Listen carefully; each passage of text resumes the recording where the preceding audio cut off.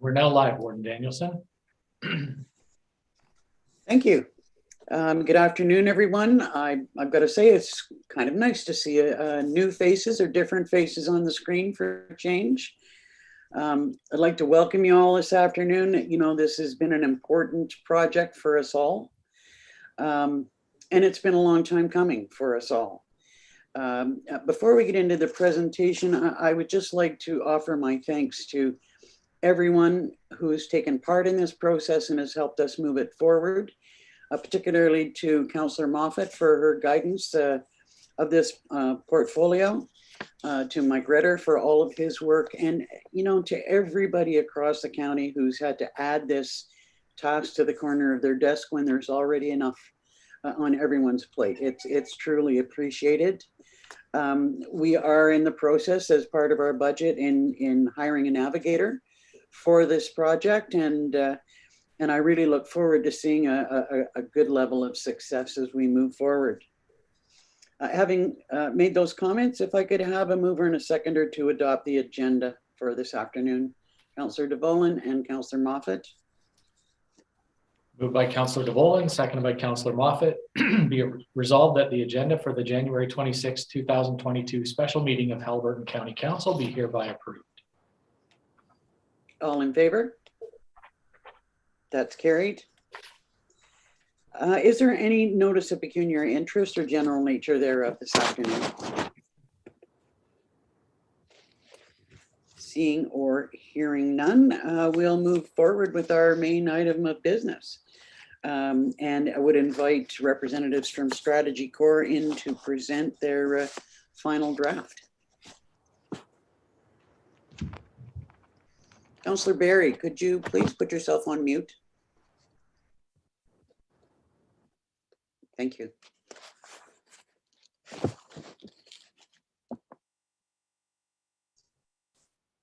Hello there. Good afternoon, Mr. Matheson. Lauren, understand you may have a couple of other members with you.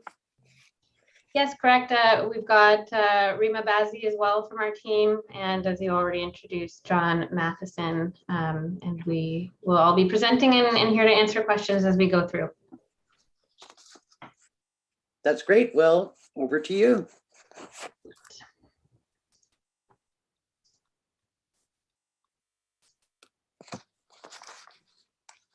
All right, so thank you everyone so much for being here today. We are really excited to be presenting the county's community safety and well-being plan to you for feedback and questions.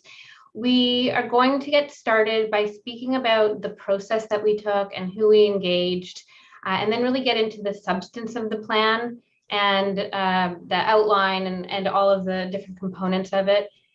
And of course, questions and answers and some next steps. So that's a very high level of what we'll be going through, just to give you a little preview. So starting with the process, in April of last year, we started engaging with the county, the steering committee, and an advisory table. And among other inputs, we really dove into learning about the county.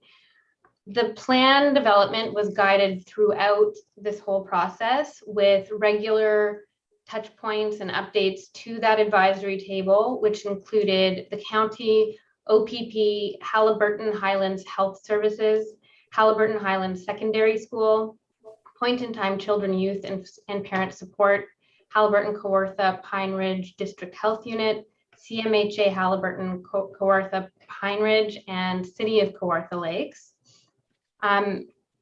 We also engaged the focus groups. We conducted a couple of focus groups that were targeted at the Haliburton community service providers. And this composed of almost 30 providers that represent their clients and the interests of service providers across the county. We also conducted a focus group with multiple stakeholders from the community. So we had a couple of community engagements where it was an open call for anyone from the community to join. Next was our focus on the data review, which relied on sources such as StatsCan, the City of Kawartha Lakes, the Haliburton Kawartha Pine Ridge District Health Unit, OPP crime and safety data, poverty reduction table data, and the U-Link Center for Community-Based Research. So I wanted to say a big thank you to everyone from those different organizations for working with us and providing us with all of the data that went into this report. We conducted a community survey that was available in digital and paper-based formats, which were distributed through the community service providers to help boost uptake and engagement. And this yielded over 100 responses, which was really great to see. We got some really great data there. And finally, we held 2 public consultations facilitated in partnership, again, with community service providers to help make attendance accessible. So if someone was unable to join online from home, they were able to go to a service provider who provided the technology and internet connection. When it comes to municipal engagement, along with the advisory table, we had regular updates with the steering committee, which included a mayor from each of the local municipalities, as well as Warden Danielson. I'm going to get into a little bit of the definitions, just to set the stage a little bit. And some of you might be familiar with this already, but it just serves to get everyone on the same page. We've used the ministry's definition of community safety and well-being, and the key points we take away from this is that community safety and well-being mean more than just ensuring the basic needs of our communities, and that the plan encompasses the broader context of well-being as well, and all of those interconnected factors. We've teased out safety here to mean free from danger, risk, or harm, and well-being to mean a sense of belonging, self-worth, self-esteem, self-confidence, and sense of community and purpose. So as we work to develop this plan, and we were referring to well-being, safety, those are the definitions that we had in mind. This whole process has been about municipal and regional leaders working with their partners to address crime and socioeconomic issues by looking at how they can improve the way they deliver services to the members of their communities. And one of the key points we'd like to make here about the planning process is about the process itself.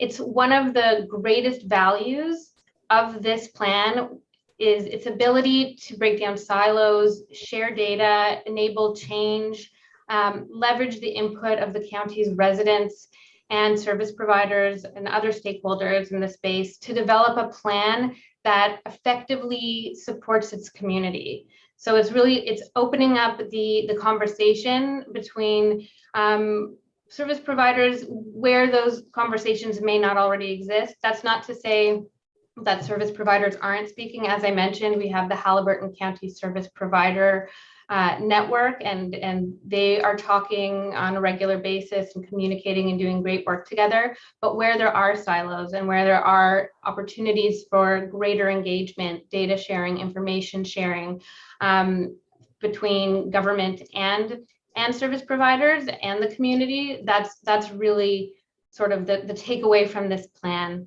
as a whole.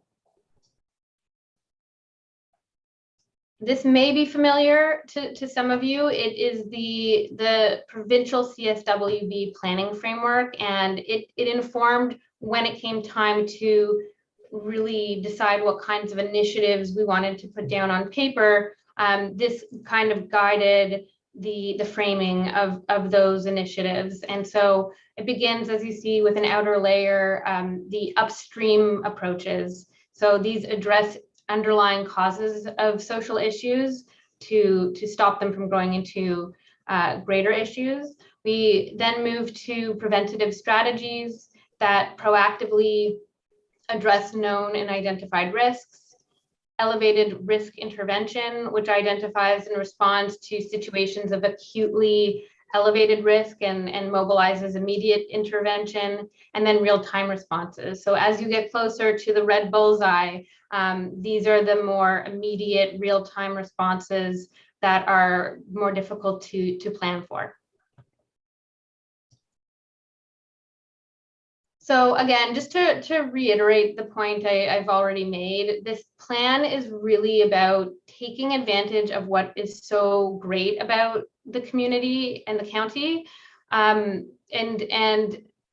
taking advantage of those strengths, building on them, but then also identifying the risks that exist and making sure that there is, as much as possible, a proactive approach to dealing with those risks. And again, enhanced communication and collaboration, increased understanding of risks and vulnerable populations, especially those who are affected by multiple areas and have concurrent disorders or complex needs, and then increased awareness, coordination, and access to services is really, in the long term, what this plan hopes to drive towards.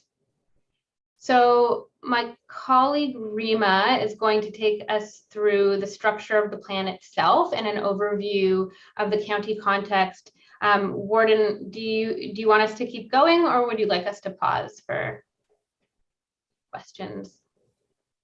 I think you're muted. Yeah, sorry, do any of the members present have any questions to this point? We'll turn it over to Rima then, and there's always opportunity for discussion and questions at the end. Thank you, Lauren. Thank you, Warden. So if we just move on to the next section here, like Lauren mentioned, we'll be going into a little bit more of the substance of the plan. So it's structured with 5 main sections, and it begins with acknowledgements, sort of the standard sections, the executive summary. And we're hoping, for the acknowledgements, I'd like to call out that we have a placeholder for a land acknowledgement if everyone sees fit. And then moving into the county context, which provides an overview of Haliburton County. It talks about demographics, geography, and then moves into some of the key facts and figures that create a bit of a data profile on the county. In terms of section 4, that's when we move into the actual content of, the priorities and the goals and strategies for each of the areas that we've identified through the process that Lauren has just described. And then lastly, the 5th section is the path forward, really getting into how we can continue delivering on this work in a way that is collective and meaningful to our community members. So for today, we'll be doing a high-level walkthrough of sections 3 to 5. So if we move on to the next slide, we can jump right into the county context. So like I mentioned, this section in the full report starts by describing the county and its natural features, the community, the values, and then moves into the data snapshots, which I'll be walking through now. But just before I jump in, just want to note that there was really a collective effort and a concerted effort to gather this data because, at the beginning of this process, it appeared to be quite scarce in some of the areas that we were focusing on. So the sources for this data range from Statistics Canada, and then as Lauren mentioned, the City of Kawartha Lakes data coordinator really supported us in gathering some data there, as well as the Kawartha Pine Ridge District Health Unit and the OPP.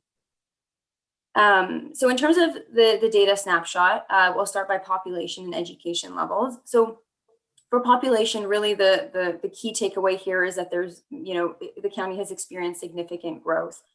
Between 2011 and 2016, it's been a growth rate of about 5.9% compared to the provincial growth rate, which was 4.6%. If you think about education levels, 16.1% of the population in the county does not have a high school diploma. And then thinking about post-secondary education levels, 55.6% of the population between 25 and 64 actually holds some form of post-secondary education, and that's relatively comparable to the provincial level of 67% of residents holding the same level of education. If we move to the next slide, we have employment, income, and poverty, as well as housing and homelessness. So these ones were a little bit unique in that they were supplemented by anecdotal data that we received through our other stakeholder engagements as well. And so we'll see some snapshots of that in this in these data points as well. So in terms of unemployment, the county has fluctuated around 2 points above the provincial average. The child poverty rate is quite significant. It stands at 23%, and then an overall poverty rate of 17.2%. The poverty rates, again, through anecdotal data, have been attributed to several factors, but namely to low incomes, non-living wage incomes, and then the potentially overemphasis on seasonal work. In terms of food insecurity, which we think is also a key input into, or a key output rather, to employment and unemployment and poverty, is the food access challenges. So 13.5% of households in the county struggle in terms of not having enough to eat, having limited access to quality foods, or worrying even about not having enough to eat due to the financial challenges of their families or as their individual status. In terms of housing and homelessness, this one was an interesting one because based on the data that we have, we actually understand that almost 99% of residents in the county actually reside in homes that are suitable, and I think around 80% actually own their homes. But what we found was that based on the anecdotal data and through our stakeholder engagement, that housing conditions were not actually up to that level, and they were actually substandard. And so here, the key takeaway is that better data is needed because we understand that housing stock challenges are affecting residents that are across income levels. So yes, it is potentially disproportionate in terms of the magnitude of impact among those that are already vulnerable, but even those that are middle income struggle to access housing due to the limited stock. In terms of crime and safety, between 2018 and 2020, there was a decrease in crimes against persons by 7%, whereas violation of property crimes actually increased by 11%. We also see, related to that, there was a slight uptick in 911 calls related to social disorder. So that could be domestic disputes, keeping the peace type calls, trespassing.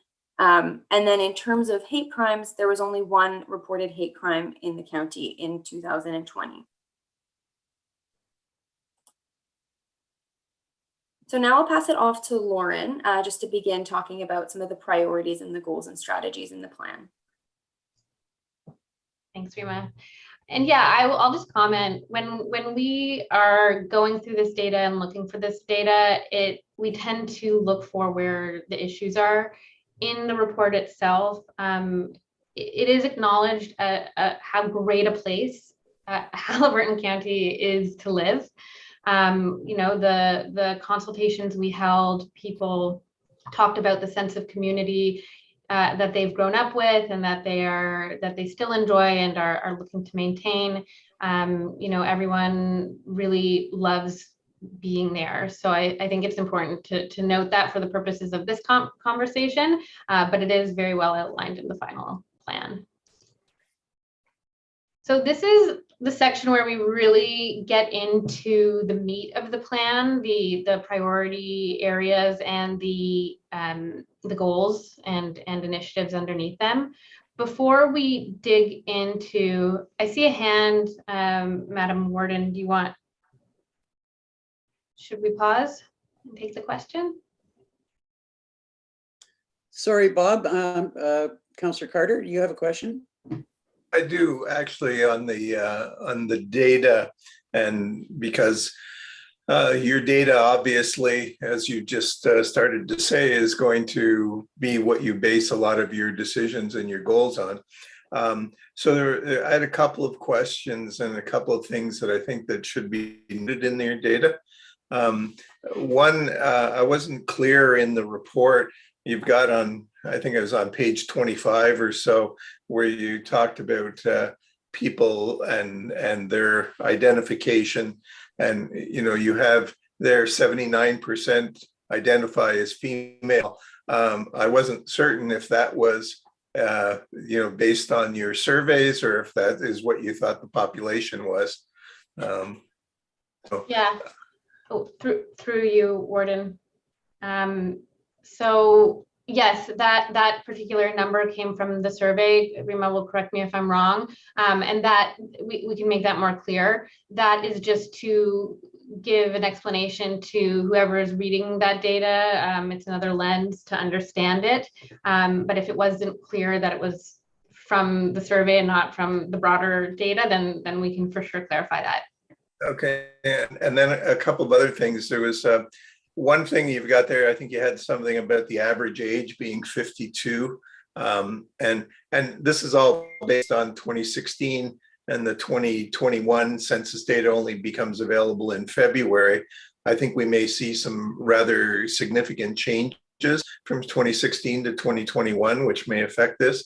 But you had the average age being something like 52. I think probably a more important thing is that the median age was around close to 58. And that skew is very, very important in what our population looks like here. So the average age is not as important, I don't think.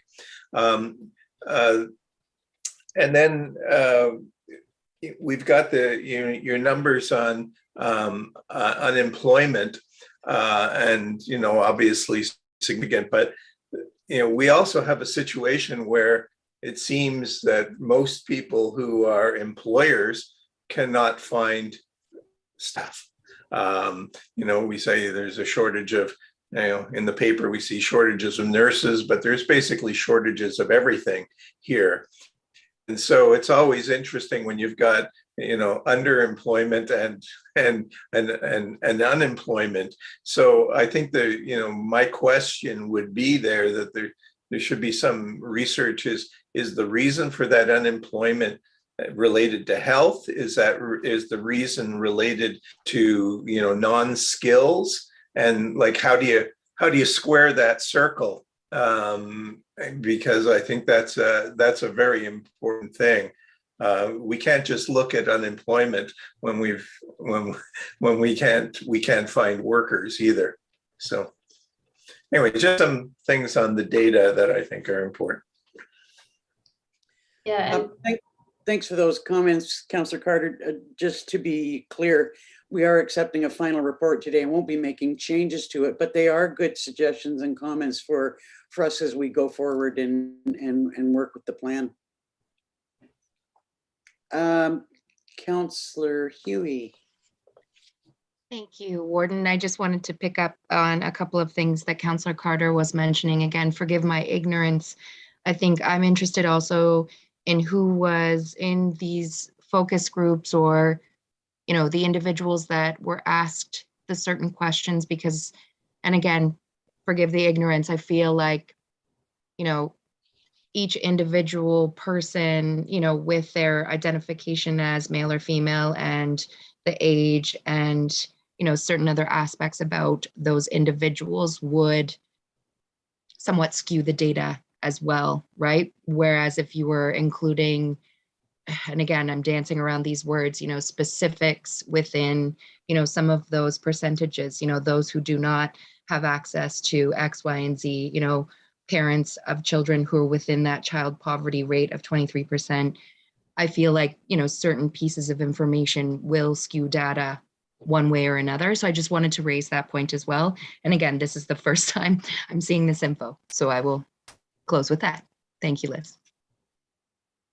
Any other comments or questions at this point? Okay, carry on, Lauren. Okay, great. Thank you for those questions and comments. And although we are presenting a final version of this plan, the whole theme that I think will come out is that this plan is step one. It was, as with any data analysis, as we can see with the 2016 data from the stats, which was the bane of our existence, knowing that the new data was coming out this year. It's a snapshot in time. And the intent of this plan is to be evergreen. And so when that data comes out for the 2021 census, the report and the data should be updated. And we'll talk a little bit more about data sharing. But that's a huge output of this is the stewardship and collaboration and sharing of county data, because the knowledge is power. To Councillor Carter's point, it's without having a clear picture of the data and then those interactions, you don't get the full picture. So I hope that helps. The survey was, we got 100 responses, which is a good number, not enough to do cross tabulations on specific demographic groups. So I would take that, and I think we may have put wording, we did put wording around this in the report, that it serves as a temperature check, and not a perfect, the end size sample of 100 is solid, but it's not extensive. So just to answer that question on the survey there. Just before you go on, Lauren, I just wanted to make a point for everyone that Mike, when we've received or have heard the full presentation, Mr. Rutter will then go into an approval process that will follow and how we're going to go forward from here. And that may help in our thinking for going forward. Sorry, back to you, Lauren. Thanks. All right.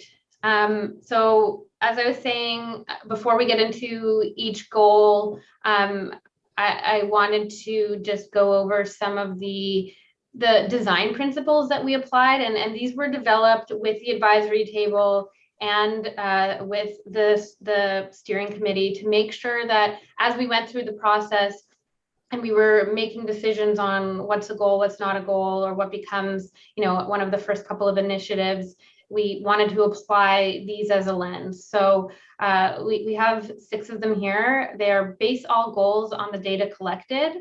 So everything reflected in the plan is grounded in the information collected through the data and document review and stakeholder engagement.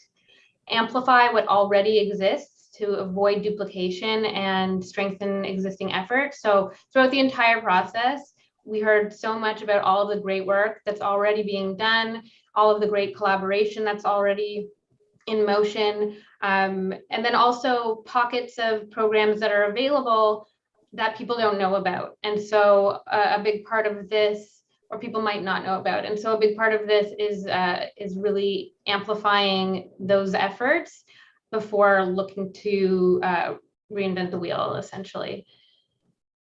That takes us to innovate wherever possible. So being open to creative policy design, looking to other jurisdictions to see where things, how things are playing out with different pilots and things like that. Enable and convene key players that work at the intersection of local government, service providers, and community. So really that's just speaking to the ability to leverage all the players and really get a full picture of the entire situation before, again, starting something new. Where capacity and resources do not exist, understand that things cost money in some cases, and there's a need to advocate for those resources as needed. And then finally, and I think, most importantly, and this also speaks to the evergreen nature of the plan, is the continuous engagement with stakeholders to make sure that progress is being made beyond the release of the plan. So I will get into the rest there. I'm just looking for questions. I don't know if anyone has any.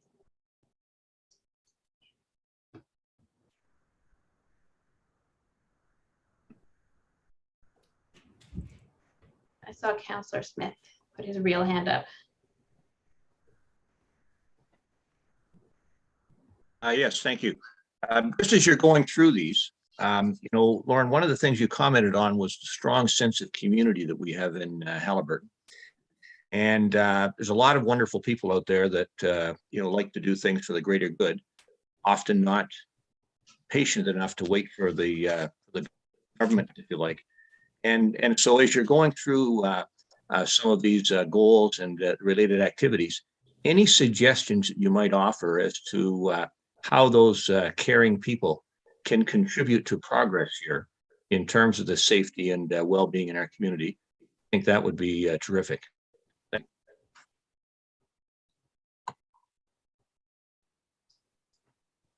Okay, yeah, absolutely. That's a really important point, and it came out in our public consultation that people are ready and willing to get involved. I think it begins with the public consultation engagement. So first letting people know what's going on and really looking at where there's an opportunity for people to get involved as these initiatives are defined more clearly. It's not just a municipal task. It's not just a service provider task. It's also like, it's a community safety and well-being plan. So the community needs to be involved. So thank you for that point. It's an important one. And Lauren and Councillor Smith, if I may also add, I think your point is an important one because a lot of these goals and strategies, and we'll get into more of the details, but they will require spearheads, particularly as it relates to hard to reach community members. So anywhere we can identify those community leaders that want to be more involved sort of on the front line on delivering and leading some of these efforts, I think that's a really good way to bring this, bring sort of that intersectional, interconnected effort sort of to fruition.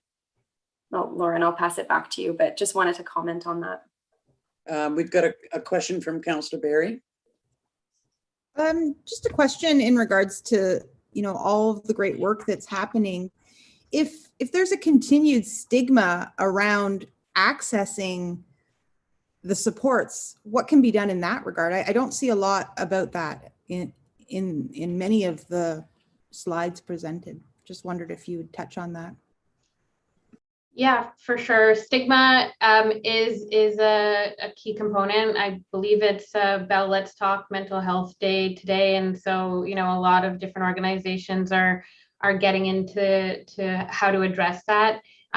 It doesn't feature prominently in the priorities, essentially because we, after surveying and engaging with this many people, we really highlighted the themes that were coming through and tried to prioritize with the things that were coming up the most. However, one of our, on this very slide, one of our key enablers is improved access to the system. And so this means not only physical access, but also like digital and essentially the comfort level to engage with the system. And so to me, the stigma piece really fits in there. So whether it's physical barriers or mental barriers, the key enabler there is to lower those barriers. So I think that while it doesn't get featured prominently, that is implied in the key enablers we have on this this page. Does that answer your question, Councillor Barry?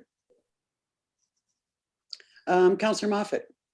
Yeah, thanks. And I think it's important to remember that, just on a couple of comments that have been made, yeah, the data and the data gaps have been and will always continue to be at the same time both a challenge and an opportunity. And all of the people who have been appointed to this ongoing committee, who they work in the agencies, but they've been appointed as individuals. But all the right people are going to be at the table for this, and the whole point is to try and break down some of those silo barriers that just naturally happen to occur in ministry work and agency work. I think the advantage we have in Halliburton County is that those groups have been working really, really well together for a number of years, all by themselves.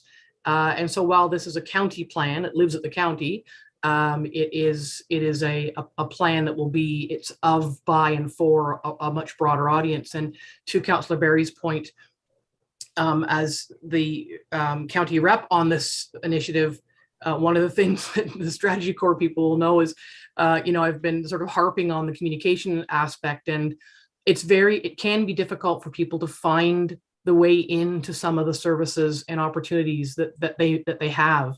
And I may stand alone in this, but I firmly believe that there's a tremendous opportunity for the county to have, the portal. And it shouldn't matter if housing happens through the city of Kawartha Lakes as a service manager, and it shouldn't matter if, children's needs happen through Point in Time. I see no reason why we can't get a one-stop clearing shop, so that if somebody needs something, they can go to one place and then they get sent out to where it might live within that agency framework within the provincial mandate. And I just think there's a tremendous opportunity for the county to play that role, which is why having the navigator is very important, to ensure that all these disparate pieces that are really good on paper, that they can actually be stitched together and achieve something. This is a pretty big plan. And, for those who may not have seen the whole plan yet, your head might reel.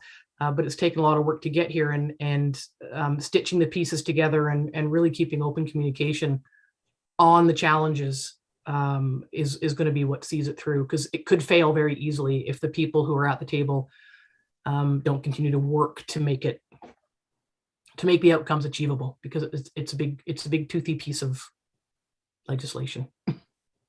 Mr. Rutter.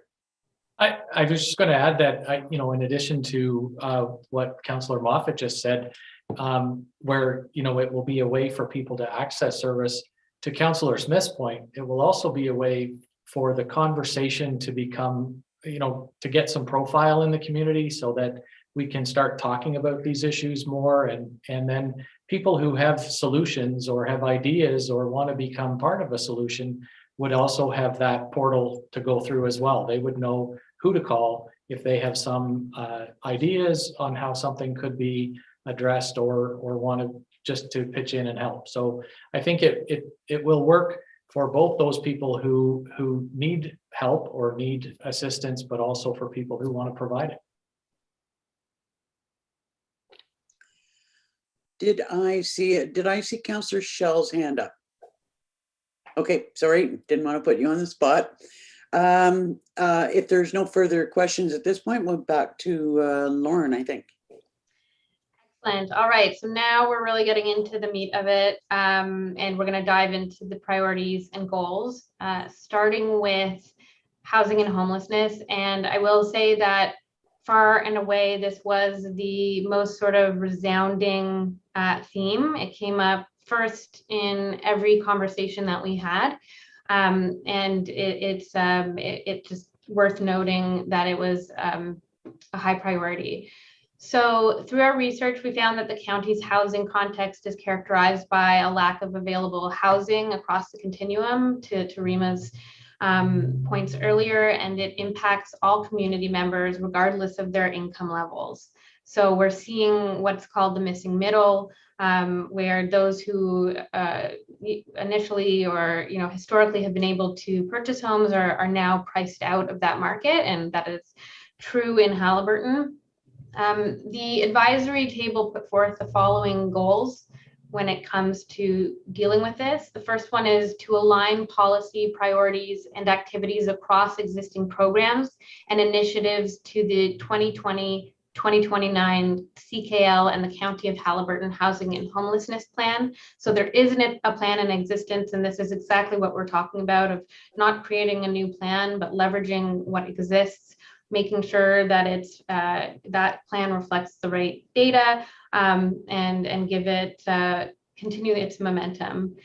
So there's that goal is number one. Number two is about developing wraparound support for community members who are struggling to access housing through greater service integration, communications, and outreach. And the strategies here are really to mobilize and collaborate with service recipients themselves. So again, Councillor Smith, to your point, is including the service recipients in the process, in the design process, to really understand where the gaps are. the detail and the different experiences that come out on these lived experience conversations are incredibly valuable. And so that's one of the strategies we have listed there as an example. The third goal is to continue to support provider collaboration and information sharing to improve wraparound services, system navigation, and greater recipient autonomy and agency. So really looking to Councillor Moffat's point, focus on a website or something that will empower service recipients to find the information that they're looking for. So centralizing information on homelessness statistics, as well as how to access it. And then maybe this grows into something beyond housing and homelessness. Can pause there if there are any questions before we move on to the next priority area. Any questions at this point? Carry on. Okay. Our next priority area is poverty, employment, poverty and employment, sorry. And we found that the county's poverty profile is characterized, again, as Rima already went over, low income, minimum wage jobs, and a high enrollment in Ontario Works, even among those who are employed due to underemployment. And this is exacerbated by housing challenges. Everything is very interconnected.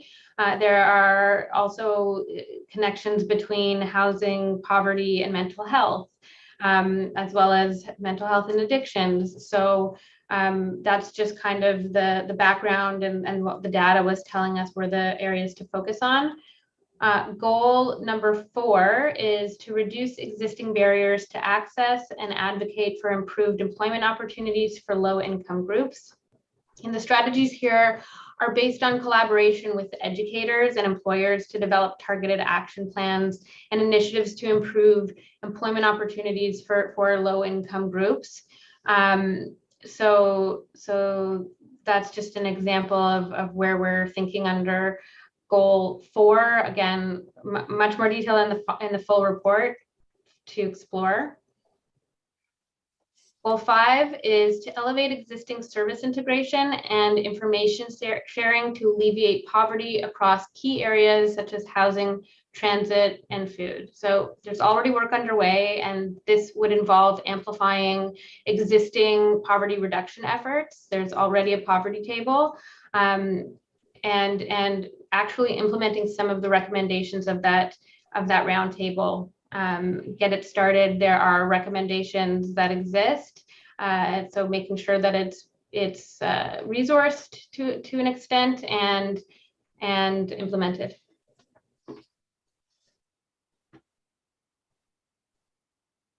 Then we have one more goal under this priority area, which is to identify innovative opportunities to address food insecurity through closed loop referral processes. And this means embedding food security requirements into local policies and plans and zoning. So what that would look like is if there's a new official plan or any reviews of zoning policy, having provisions for grocery stores and things like that in the future.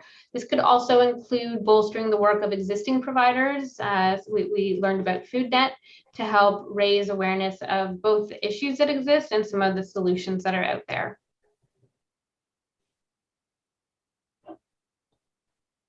I'll pause for questions before handing it to Rima. Questions? I think I see Councillor Carter. Sorry, I can't see that little hand up there. Go ahead, Councillor Carter. So back to goal number 4, you know, I'm sort of made the point maybe a little bit before, but the one thing that I would like to understand here is the reason why we have the unemployment because, you know, we don't have the jobs, or do we have the jobs and the people are not qualified for the jobs? Or are there other barriers that are preventing the people from taking those jobs? And those barriers could be, physical inability to do the jobs, or mental inability to do the jobs, or other types of addiction problems, whatever it may be. And I don't really see that here as being something that being identified as one of the things that we need to work on. Because if we create 100 or 200 jobs and you get no applicants, and I think all of us who have been trying to hire for our various municipalities have seen the difficulties in trying to get people, even semi-skilled people. I really think that that's something that needs to be studied and understood, because a lot of these goals are, may be totally unachievable if there are other barriers that are in the way.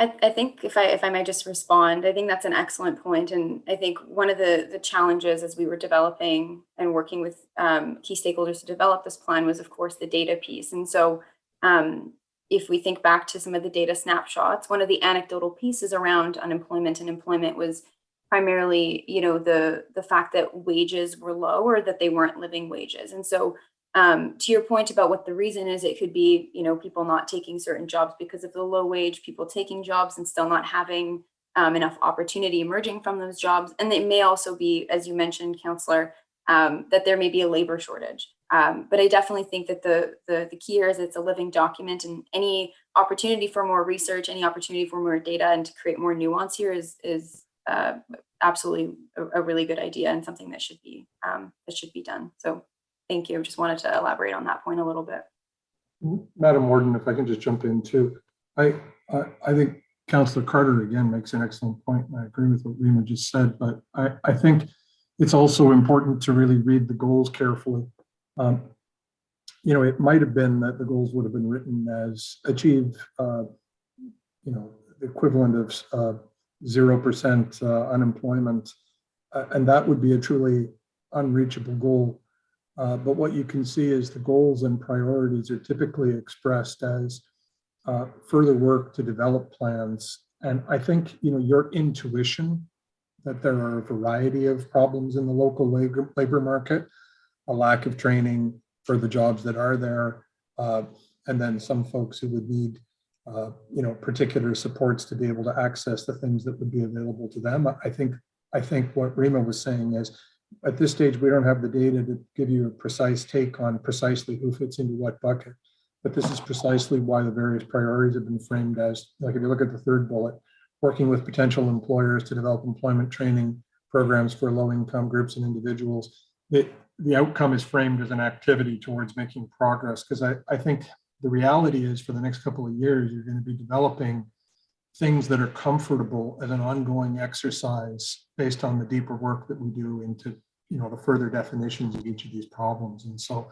the most important takeaway from this plan is that it's not a series of specific implementation things with specific targets as so much as it is a whole variety of things that are going to have to be bolted down over time that reflect the overall approach of let's get the most out of what we have before we try and get more, because everybody understands how resource constrained the system is. And so the biggest tragedy is when you don't optimize what you have, but customizing what you have to really meet the needs of those who are in need is a big part of that.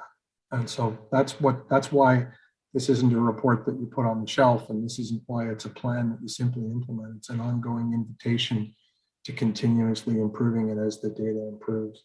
So, but I think your intuitions are right about, being careful to not overread the targets.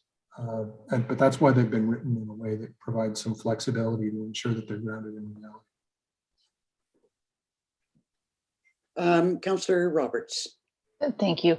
Just to Councillor Carter's comments too, and I don't know if it was Rima or Lauren that said this because I wrote it down, everything's interconnected.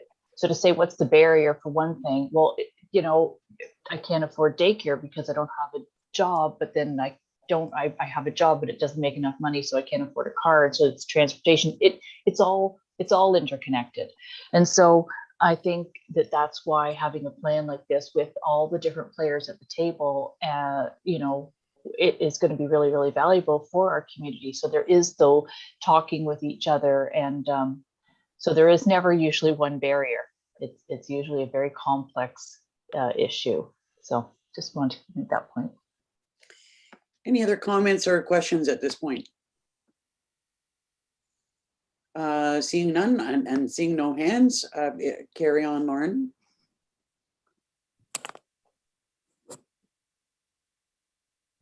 So the third priority is mental health, substance use, and addictions. And so what we learned through this process is that support services for mental health, substance use, and addictions are significantly constrained in the county due to several factors such as proximity of service centers, significant limitations in available resources related to both outreach and then also on location service provision, and then specifically outreach to in-need community members. So goal number 7, you know, again, to John's point, these are written as a bit more open-ended so that they can be flexible and so that this can be living. But so goal number 7 is to increase access to and awareness of mental health and addiction support services. And I believe it was Councillor Barry earlier who talked about stigma as well. And so that's one of the things that we're trying to get at with this goal too. The more that you increase awareness, the more it becomes normalized, the more we can hope that folks will feel comfortable accessing services when they're needed. So, you know, in terms of the strategies, I won't go through one by one to keep the bullet points, but it ranges from, you know, expanding availability of frontline resources for outreach purposes. It includes developing, you know, a robust human resources approach, collaborating with different agencies, among others. In terms of goal number 8, and also related a little bit to that stigma piece, is to co-design and develop experience-based mental health and addiction and substance use support services and programs. That one is a mouthful. Ultimately here, it's all about working with community members who have lived experience with mental health, addiction, and substance use in order to go co-design programs and services. You know, this one is really trying to get at the fact that the best way to provide services to in-need community members, or one of the best ways, is to understand directly from them what they may need, so that the services are as high impact as they can possibly be. Goal number 9 is about improving education, awareness, and information sharing on substance use and addiction, harm reduction, and mental health. So some of the data that we looked at mentioned that, noted that you know, there was a lack of awareness about sort of the impacts of certain substances, and you know, you know, maybe, yeah, I would say like the lack of the impact on the substances. So in existing school programs, youth feeling like certain substances won't have any long-term effects. So how can we increase education? How can we partner with schools and make sure that there's clear awareness on sort of the risks of substance use? Thinking about harm reduction as well, of course, centering the individuals with these experiences in order to, again, reduce harm and making sure that the services provided are not stigmatizing.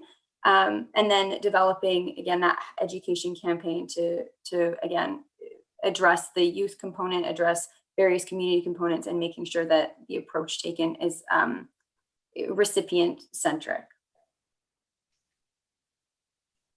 The 4th priority is healthcare system access. And so for this one, you know, we found that different demographic groups face unique challenges in accessing healthcare.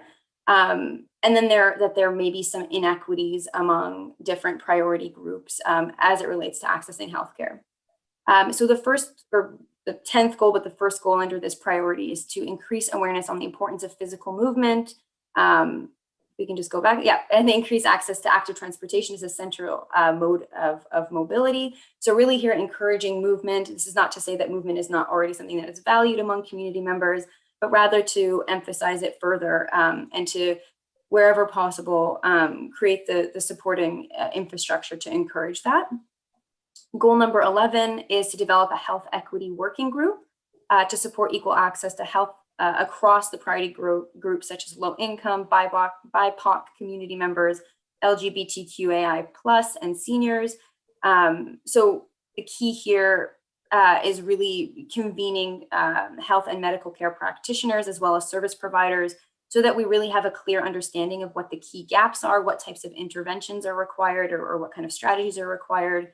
And then also, again, centering the potential service recipients. So how can we collaborate with key stakeholders and community members to set those targets and those key outcomes, and establish the outreach mechanisms that are required to improve health outcomes for all community members.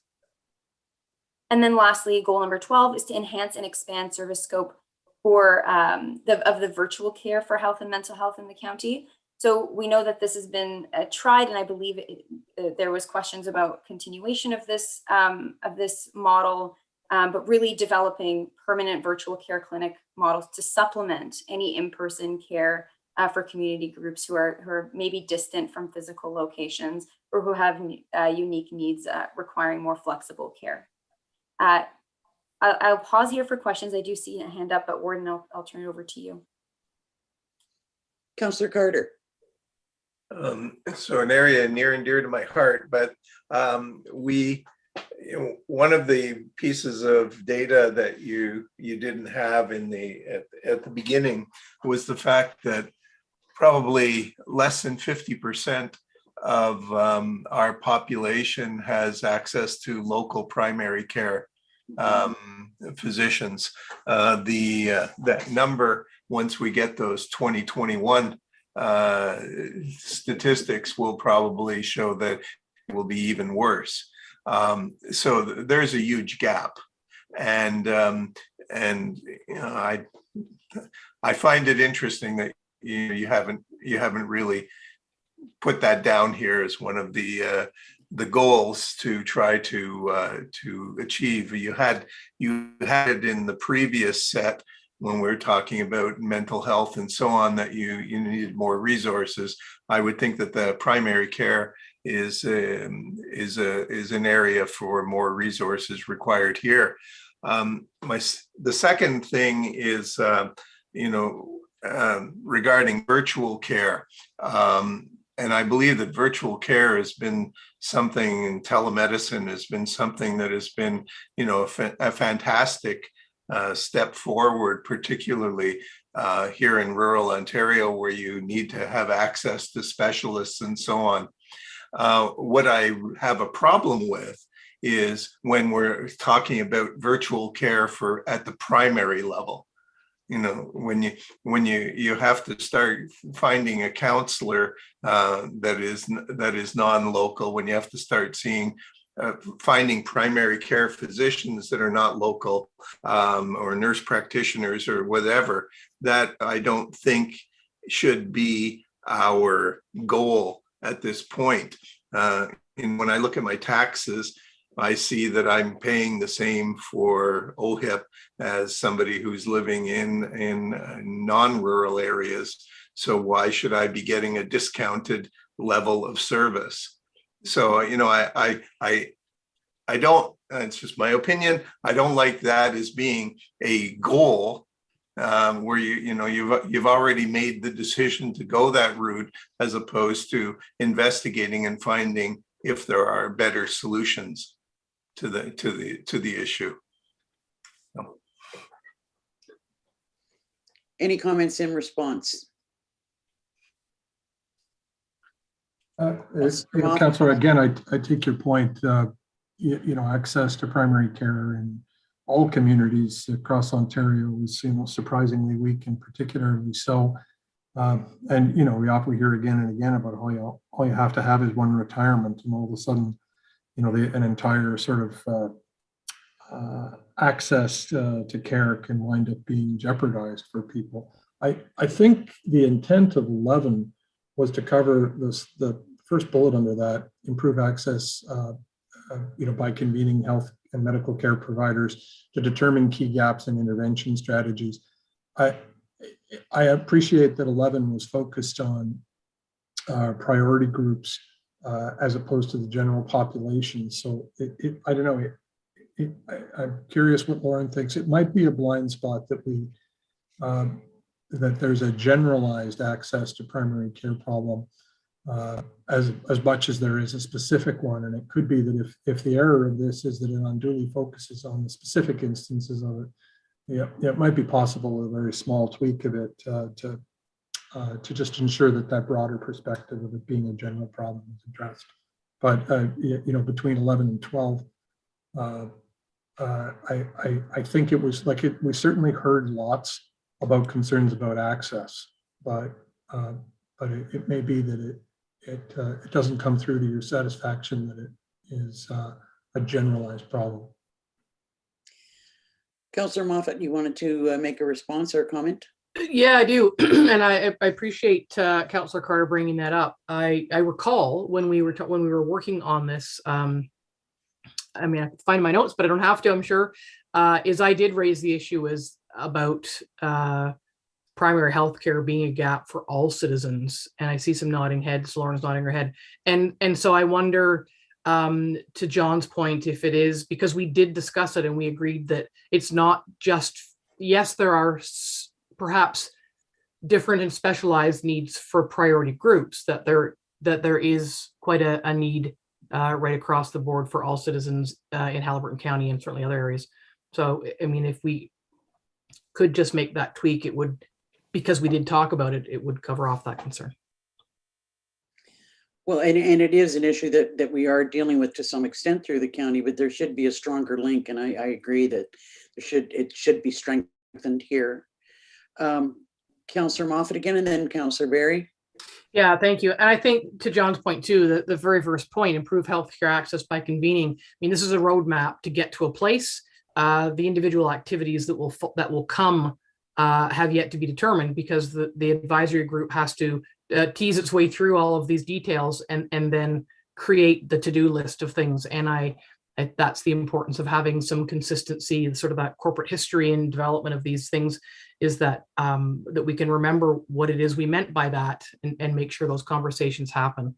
And has been mentioned a couple of times that there is some flexibility built in, that as the landscape changes, so too can certain activities and outcomes that come within the overall goals. Councillor Berry. Just sort of a thought. I don't know if it's so much a question, but in relation to, I think it was, I can't remember who said it, but in regards to the layer of the onion of having, different mental health issues, different access issues, there's a message here of virtual care. So there's internet issues. There's so many layers of a safe work or a safe plan. And my thought is, I know just from different things that I've had to sort of navigate or advocate through, there's so many layers of telling your story to 20 different people. And I think, if you've ever dealt with just making a phone call to Bell, by the time you get to the third person, you have lost the passion in the pursuit. And I think that, I know my father was in a really bad car accident, and what was the saving grace for our family was that we had a care coordinator. So they did all of that administrative thing. They knew where everything was fit. And I think as far as an advocate, when you're under those types of stress, it's hard to advocate for yourself without someone sort of just, here's the person you need to talk to, opposed to telling 5 secretaries or an administrator or sending the email. And I think limited access to internet is another challenge in this ongoing saga. Thank you for that comment. Councillor McKechnie, do you have your hand up or no? Sorry, you're a little hard to see. Councillor Moffat. Yeah, I think, thank you. I think, Lisa, I think Councillor Berry makes an excellent point.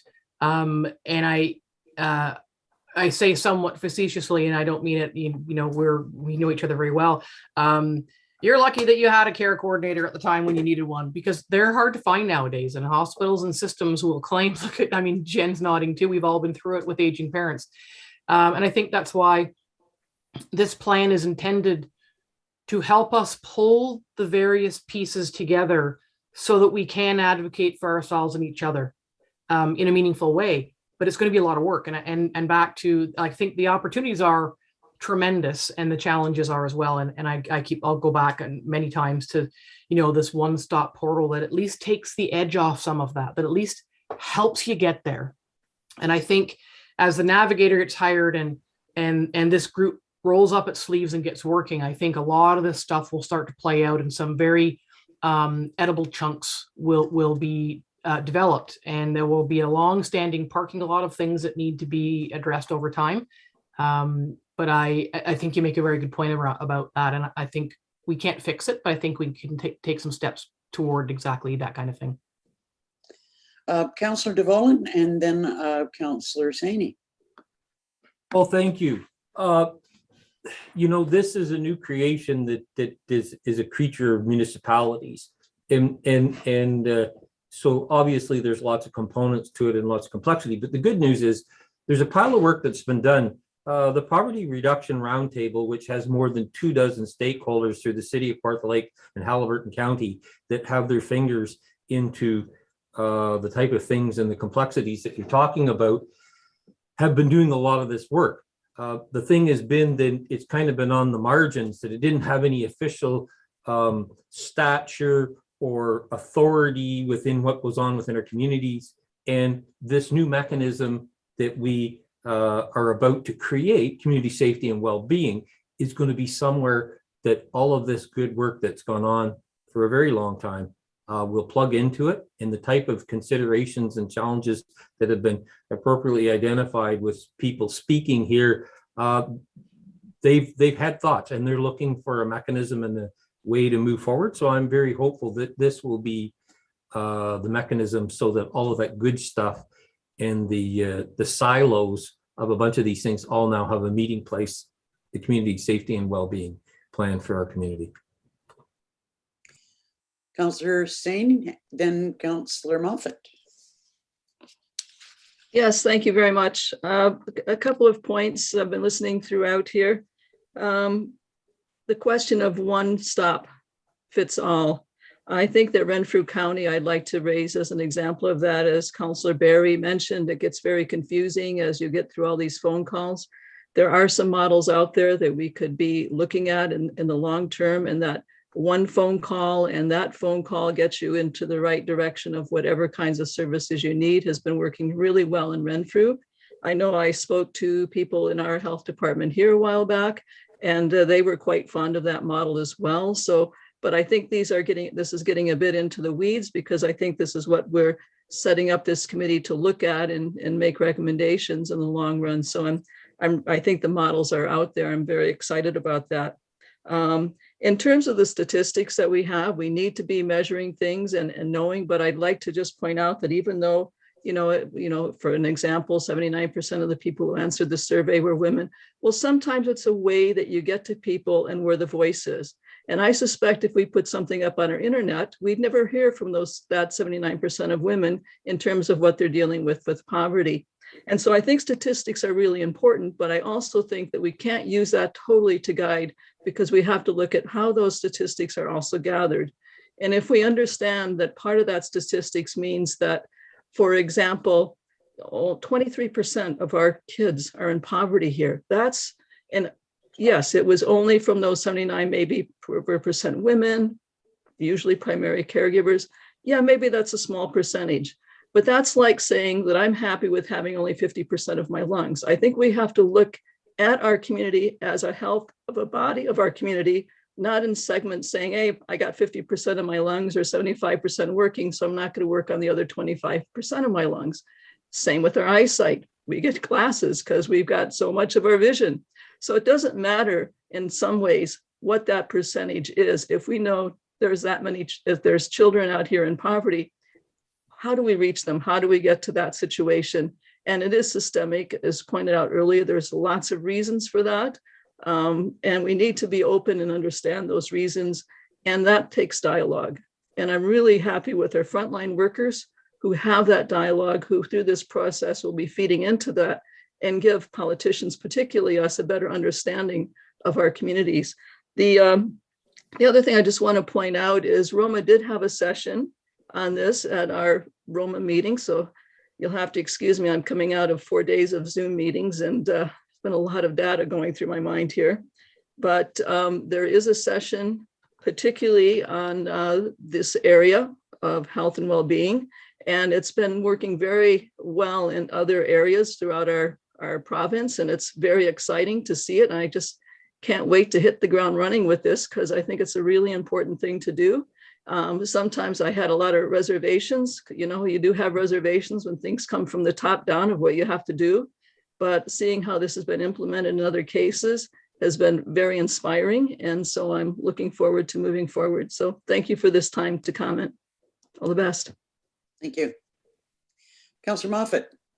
Yeah, thank you. You know, I sat for the first part thinking, well, you know, I've been at this for a couple of years now and I'm not going to say anything, but I can't help it. I think one thing that the political people on the screen and the others who may be thinking of joining the ranks need to keep in mind is who's paying for all of this. And so we need to remember, and of course, Pam was, I think, Pam's gone, but she's on Roma. We're all involved in Roma and AMO. And I think we're going to need to keep up a persistent lobby to provide the involved agencies and ourselves for human and financial resources to float this thing. One of the things we talked about a lot was there are so many gaps and so many needs that we wanted to make sure that everybody was at the table to make sure that the advisory group didn't just create a wish list and hand it to the county and say, can you buy this stuff for us? And everybody agreed that's not the intent. Now we're working with people who represent you know, various community sectors who are mostly provincial in nature. You know, they're struggling too. There's a lot of really good people working really hard on a lot of very serious problems in our communities. So it's a matter of working together. The political end is new to the mix because the social services and the community sectors and agencies have been working together really well for years of their own accord. So when we look at what it is that we can bring to the table, I think there are some limits. You know, you see in goal number 11 is when it says monitor outcomes of long-term care paramedicine pilot program and scale where possible.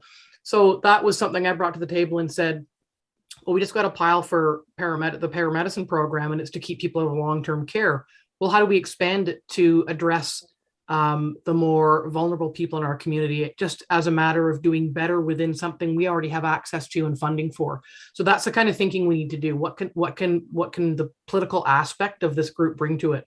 And I do believe strongly that one of those things will be continuing to, you know, gather the data, monitor the outcomes, address, make a list of the gaps and the challenges, and keep pressing for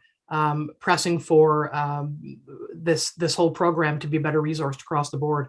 And it's across the province. Pam's right. There's a lot of really good models out there that are seeing success, but they've worked hard to get there. And I do think that lobby will be something that we need to keep in mind politically going forward. Thank you. Any other comments or questions at this stage?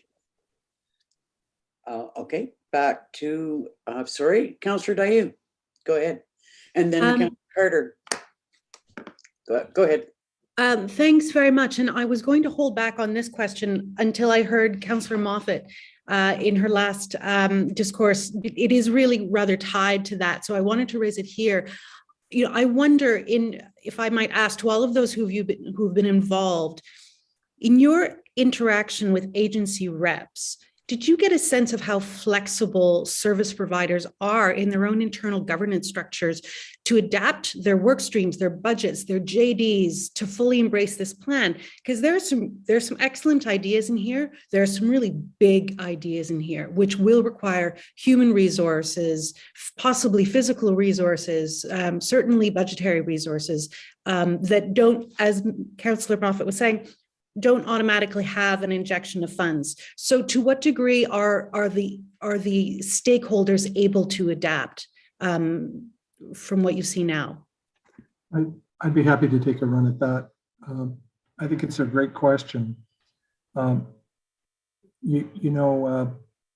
Everybody is forced to work within the various administrative structures that they have to report in and through and up and to the standards. And limitations that they're in. And so I think in answering that, the most dangerous word is they, because of course there's the full range of personality types, from people who are like totally energized and flexible to people who are less so. And then the second line would be, how flexible their various organizations are. So I think the fairest answer is there's quite a range in terms of what you hear, but like the truth is it's far more positive than not. And the fact that this exercise has gone on, and not just gone on here, but across the province, and then it's part of a provincial-wide focus, that and I agree with the comments that Councillor Singh made about it was not necessarily welcome news that the Ministry of the Solicitor General was, imposing a process on municipalities. I mean, I know that the default reaction in the municipal mind at that moment is pretty much to say, what could possibly go wrong? That the people who gave us the Police Services Act are now going to try and have us do something. But the beautiful thing about the entire process that they did impose on the system is that it's a giant invitation at cross-functional thinking, silo busting, and data sharing, which, if ever there was a can of WD-40 for the soul, it's that, right? There's the information that we share, and the silos that we bust, and we keep score differently, and allows us to see the things that we didn't see because we didn't keep track of that kind of thing. And so I think the best one-word answer is it's all, or best one-phrase answer is it's all very positive. And I think the second reason to believe it is there's going to be so many best practices to steal from each other's plans. You've already mentioned, one neighboring county structure. There's going to be another 30 to steal good ideas from. And so I think that's a reason to be really positive too. So, there will be limitations and bumps in the road, but by and large, the folks who came with the attitude that they were here to try and figure out how to do things better. And certainly, I think you could expect that to go ahead. And, some of the biggest challenges are going to be the ones that are embedded in statute, we can't share that information because of privacy rules, or we can't share that, or we can't fund it that way because of ministry guidelines. But really the whole methodology is an attack on the bad old way of doing things and seeing an invitation to see if there's a better way. So I'd be enthusiastic about it and what it can do, but clear-eyed about the bumps that'll have to be paved over to get there. Councillor Carter and then Councillor Moffat. So at the Roma conference, one of the lines that stuck into my head, I think it may have been one of the ministers who said, if you go to visit a rural community in Ontario, you now know something about one rural community in Ontario. We can take a lot of ideas that come from various and sundry groups, but I think, as Councillor Moffat said, we need to then adapt them to our reality. The situation that we have here, we can talk about, hey, let's do virtual care, but if people don't have internet, it's pretty hard for them to connect to have that virtual care. All of these issues that are out there, from the build out of the internet and to some reasonable speed internet, the whole idea of the new organizations for hospitals and the community health teams and the idea of building and housing, all of these things become interconnected to this plan. And I think that we, as the politicians in the local area, have got to be that, that the connections between this and everything else that's going on. And we cannot let everything else that's going on around us happen in isolation, because it'll affect our ability to deliver on these goals. Councillor Moffat. Thank you. I guess going back to Councillor Dayou's comments, I believe that the success of this plan will be found in our people, because I think we are blessed with some really strong folks who really care about their work and want to see this come to fruition. The speed bumps will be, as Mr. Matheson pointed out, I think, ministerial red tape and roadblocks. And so that's, again, that giant strategy of circling back. Well, one provincial ministry said, you have to have this. So now we do it. And it involves a bunch of other provincial ministries. So I think we need to keep pushing for, well, you wanted us to have this. You wanted us to give this to people. You wanted us to provide and make and create and develop and help. But we can't do it without the tools and the money that come from all your other ministries. And so, while they want us to have an integrated approach, so too does the province in allowing us to deliver what they've asked us to put in place. So I see it as a long-term strategy of lobbying. But our local success will be absolutely in the people who are around the table right now. Okay, thank you for that. We'll go back to Lauren. I think that you've still got an implementation piece as your next section, and then we'll get into some discussion about that ourselves. Yeah, precisely. And Rima's going to just take you through the last couple slides. Thank you, Lauren. Thank you, Warden.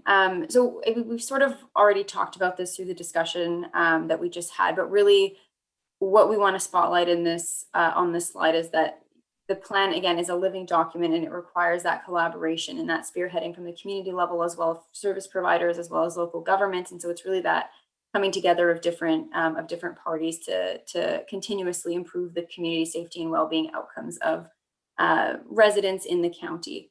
And so when we think about this sort of common implementation approach, we have three sort of guiding principles. The first one being good governance. And really what we mean by this is kind of identifying, a key resource at the county that can sort of quarterback the strategies and the progress made on each of the goals and priorities that we've outlined.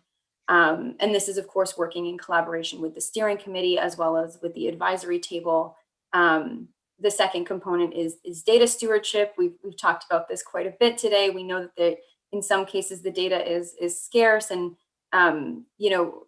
data collection that is across each of these priorities is important, but also within each of these priorities. And so, we suggest a data working group that supports each of the committees or each of the priority groups. And that, it's important because of the intersecting point between each of these priorities that the data stewardship approach also reflects that. And then lastly, and maybe most importantly, is that continued consultation and engagement. Councillor Moffat mentions, that it starts with the community, or that this plan is really going to be driven by the community or by key players in service provision. And so making sure that the priorities are a continuous reflection of community needs can be facilitated through that continuous consultation and engagement. And then just on the left-hand side, we just have a visualization of what that might look like in terms of the structure. Of course, it can be changed depending on what everyone sees to be the best fit for the community, but really maintaining the steering committee, maintaining the advisory table, and then creating 4 subcommittees based on the priorities with a data stewardship working group to support data collection and information tracking. I can pause here and we can take some questions. The last slide is just about next steps. So I can pass it over to you, Warden, if there are any questions. Councillor Moffat. Yeah, I just envision we should be planning our delegation at AMO in August for the roadblocks put up by the provincial government around data collection. We should be thinking about that now. Yes. Just if we could ask our clerk to make a note about that. Any other comments or questions at this juncture? Councillor Berry. Question in regards to data collection. How does that work when so much of what is being asked to be collected is protected and really tie into one another, like layer? Yeah, it's tricky. There's no clear answer to that. What we've seen, especially with health data and things like that, is removing any personal identification from the data. So there are workarounds, but they are complex. So I think that the purpose of the data table is primarily to gather the data, but also to work on how to approach those issues.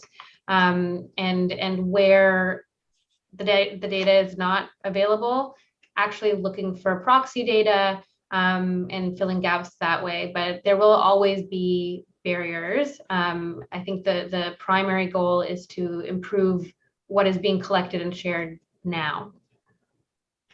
Yeah, with increased clarity on even just knowing sort of what data doesn't exist or what data you can't access, because that was a challenge, of course, that we faced in terms of collecting data for this process. Not having clarity on what we can access and what we can't access is also a significant challenge. Councillor Moffat? Question for Mr. Rutter. I think, the county's going to hire somebody to take the lead and be that resource that spearheads and mobilizes the implementation.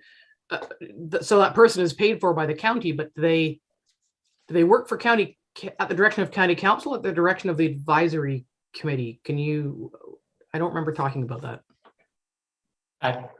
Through you, Warden, they would work at the direction of county council. They would support to the extent possible. They would gather information from the advisory table. They would provide secretarial service to that advisory table. They may, in fact, as an example, if they came up with an innovative approach to to address one issue or one part of an issue, they may be part of an advocacy effort and preparing some support materials for that, or they may do a grant application or support the grant application. It could be various things, but they're definitely working at the direction of county council, supporting the advisory table where they can. Councillor DeVolen. And it has been clear since they first floated the legislation for this, this is a creation of municipal government. And with it, there's some wonderful advantages that, the buck stops here. But the fundamental question from the outset is there's a lot of people feeding into this and that are the legs on the ground that aren't paid by us. And that's a conundrum that's been there, but we are the host of this. It's not another body. It's not another group. It's a child of municipal government.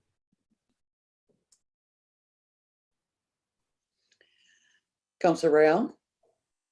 Yeah, I've listened to all of what we've said today, and it's like everybody says if it was a simple problem, it'd be solved by now.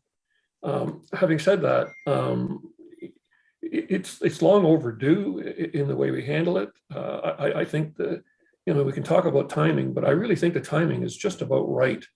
We're moving from a timeline when you had seasonal people who lived somewhere else, who were focused somewhere else, came up here for a little bit of time in the summer and maybe the odd weekend or two. Now it's changed, especially in the last couple of years. We have now a large number of what I call semi-permanent people.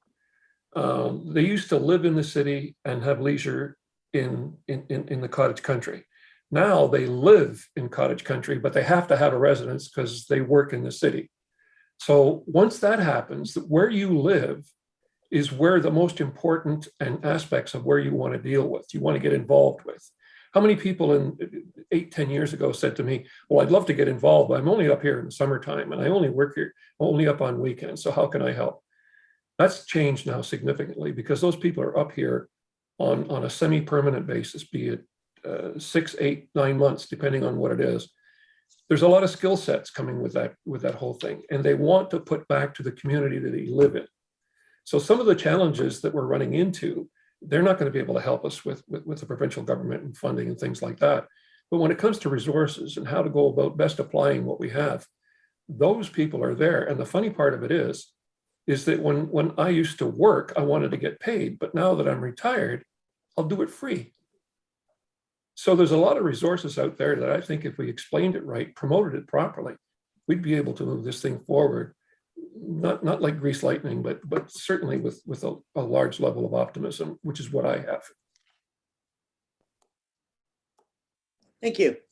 I think we will go back to Lauren and Rima for, I think you've got some next steps comments, and then we will hear from Mr. Rutter about our process. Perfect. Thank you, Warden. So in terms of next steps, the CSWB handoff. So what we'll do is we'll make that tweak to goal number 11, and we'll emphasize primary care, and we'll emphasize, sort of general, in a more generalized sense, and then we'll provide this to Mike. And then in terms of the plan approval, I think, Mike, you can likely speak to this in more detail, but we wanted to spotlight that the Ministry of the Solicitor General has indicated that the delegation of authority for the implementation of CSWB plans is in line with approved approaches, and it has been used in other Ontario municipalities. So that is an option if you see fit. So I'll pause here. I don't know, Lauren or John, if you have anything to add before we pass it off. I'll just add that that approval is, it will include the tweak or the amendment that we talked about on goal 12 in response to Councillor Carter's point on primary care. So just to keep that in mind. Okay. So does that conclude your presentation material now? That's it. So any more questions at this point? Yes. Councillor Saini. Just a point of information. Will our consultants be here as we discuss the next document? I might have some questions that. I was just going to raise that particular subject. Thank you. So at this point, we'll be bringing forward a resolution to receive the final draft, accepting, I think, that there are a couple of minor tweaks. I'm not sure if we should say as amended or if we can accept it as it's been presented. I'll ask Mike about that. But while the Strategy Corp folks are here, it might be beneficial for you to stay at least or hear the next portion of our discussion, and you're welcome to do so, even though we're formally accepting your report. So the resolution I've drafted actually doesn't do that. So let me kind of just go through the report, and I can explain. So really the resolution or the recommendation that we're asking County Council to pass has three components. The first is to distribute the draft final plan to the local municipalities for approval. So in the resolution that they passed, each of the local municipalities passed in the summer of 2020, they asked that the work be done at the county, coordinated at the county, but not necessarily be delegated to the county. The approval process or the requirement to have a community safety and well-being plan. So we're asking that it be forwarded to the local municipalities for approval. One of the forgotten pieces of work that was also done, and I've tried to include the discussion paper in my staff report that I distributed, was the option that was chosen around the detachment board. And so again, that work wasn't delegated to the county necessarily. So we're asking that the local municipalities be requested to endorse and approve a 7-member detachment board concept. You'll see in the report that the concept is really the 5 heads of council, the county warden and the 4 mayors, and then 2 appointees, 1 by county council, 1 by the province. And then finally that the local municipalities be requested to pass a resolution delegating the authority for the implementation and ongoing administration of the community safety and well-being plan to the county of Haliburton. So there's really 3 components. There's the sending it to the local municipalities for each council to approve the plan, hopefully, then to endorse and approve the 7-member detachment board concept that we've already submitted to the ministry. And thirdly, to pass a resolution delegating the authority and the implementation or authority for the implementation and ongoing administration to the county. So that's really the path forward that we've identified. I think there's been a few references to it that we did. Strategy Corp did talk about a resource or a county resource to, I guess, be the keeper of the plan or the navigator of the plan as it's been described. So we have included a 9-month position. It's a permanent position, but we've allocated a budget of 9 months because we wouldn't be hiring until later in the year. And so we have included that in the county's draft budget. Obviously, if this isn't approved and that delegated authority is not provided, that may be adjusted, or the county budget could be adjusted downwards. So that's really what we have laid out as the path forward, and happy to hear. I know that there's at least one solicitor on the screen with Mr. Matheson. So if we're on the wrong track, we'd be happy to hear that. I think it's important that each municipal council, when they're looking at this and approving it, really embrace the thought that it is a living document, and there's still lots of work going forward, and that if someone has suggestions about things that we could or should do, we will be able to do that and continue on with the work. Any other comments or questions from any of the members here? I'm not sure you can see my screen. I can. my hand up. But you know what? Up in that top corner, that's where Bob was before, and it is hard to see right there. Go ahead. Thanks very much.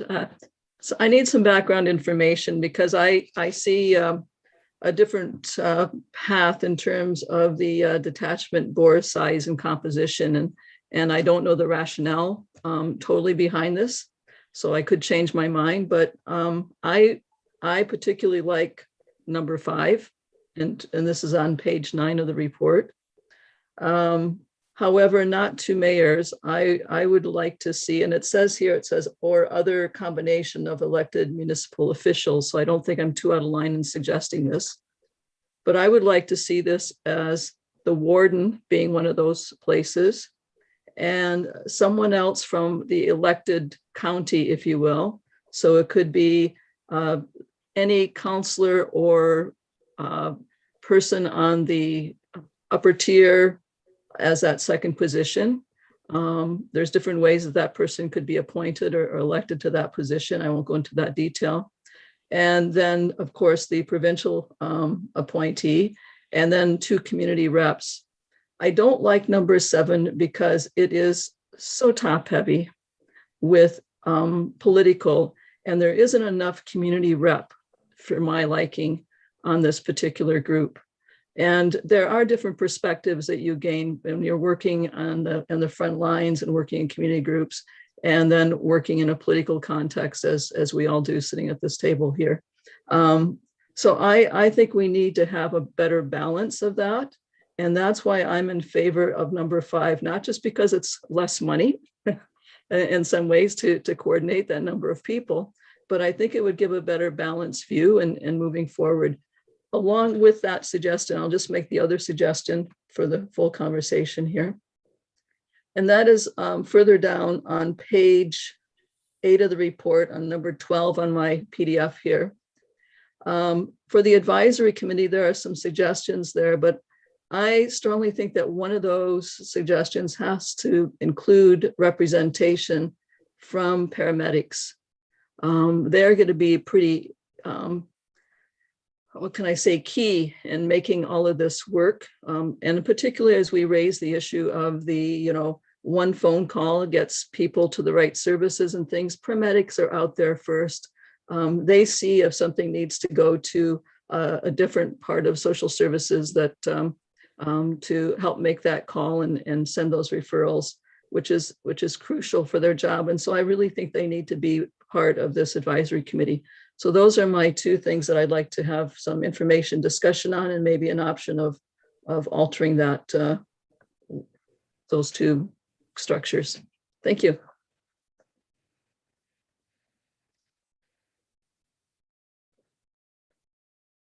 Sorry, Councillor Moffat, you have a response or comment to make? Yeah, I do. And so I think, as was mentioned in the staffing report about the detachment board, it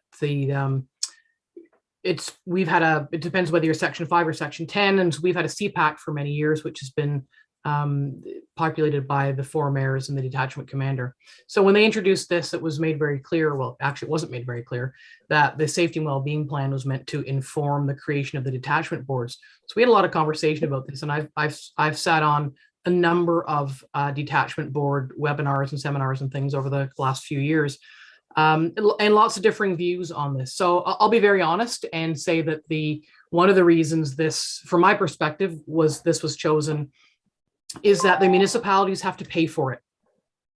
And I'll get in trouble for this, but there is concern with having, it might be too politically top heavy. How do you balance having, I'll back up.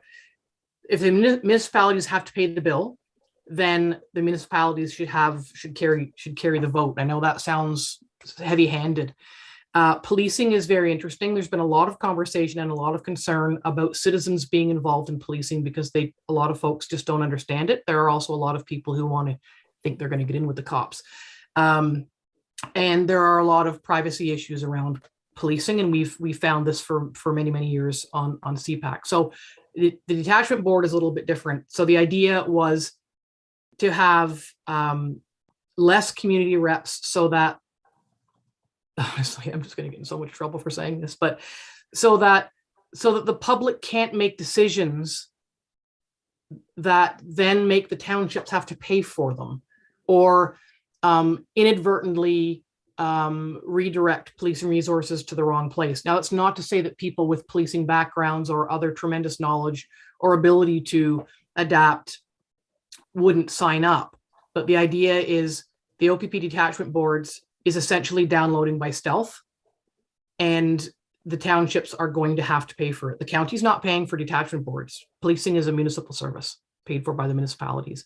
And so that Strategy Corps folks might have some different views, but in all the webinars I've sat on and all the information sessions I've sat on, that has who's going to pay for it and who carries the vote that writes the check for policing services and any duties that a detachment board have. They're fairly onerous. The detachment board job is a pretty big deal. I think we have tremendous people in the community who could populate all kinds of roles.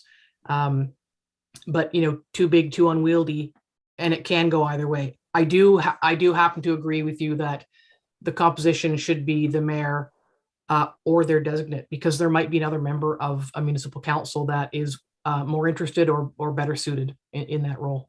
But that's my very plain spoken and frank explanation. And I would turn it over to Strategy Corps if they have anything to say on that. I'm glad you raised the point about the head of council or their alternate, because I think it's important always that it's somebody who's passionate about an issue, or it's someone who might be more appropriately suited to the role. Are there, I did see another hand up, Councillor Roberts. Thanks. Excuse me. Got a tickle in my throat there. I just really want to support what Councillor Moffat said. I know you were struggling with your words because you don't want to sound like, what Councillor Saney said was, we're just throwing that out. But we, as a steering committee, actually had a lot of time to talk this over, and so I definitely just want to echo that I completely support what Councillor Moffat said. It is a great idea, though, to say mayor or designate, because even when I was the deputy reeve, I was actually on CPAC. So, but it could just be, any councillor, but I really do support the majority being the elected officials. Other comments with respect to that suggestion? Councillor Smith. Thank you. Just a quick question. When I was reading that, I was struck by the minimum requirement is 20% community rep. And as I interpreted the format here, there are 5 elected representatives, 1 community rep, and 1 provincial rep. By my math, that doesn't get us to 20%. So is the format that's being recommended really in compliance with the rules that were laid out?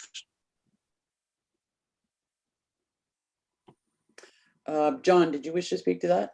Yeah, I can help you with that.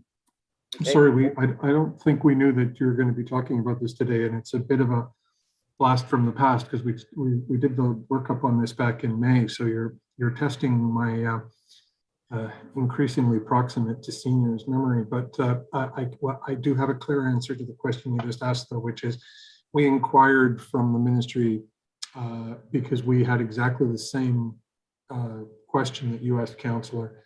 And the provincially appointed representative is considered a community representative too. So the math, in fact, does work and comply in this model. Councillor Moffat? Sorry. No, go ahead, sorry. To complicate that particular issue even further, again, depending on whether you're a Section 10 or a Section 5 policing service, you either have a Police Services Board or a CPAC. We have a CPAC. Police Services Board has a long history. They have provincial appointees, and on the many webinars that to try and find our way through what this meant, there was a great hue and cry from the folks who have police services boards that are supposed to have provincial appointees on them, because most people said that those seats remained vacant for many, many, many years, and some had never been filled. So I wouldn't be going out and buying flowers for a provincial appointee just yet, because there may be a gap there. Well, remains to be seen. Anyway, if it came to, if council wanted to add another community rep, I think personally it would be fine, as long as that, you know, that it didn't unbalance some of that decision making. And I'm not saying that to say that there's going to be any, you know, anything untoward, but anyway, I'll just leave it at that. Councillor Carter, did you have a comment?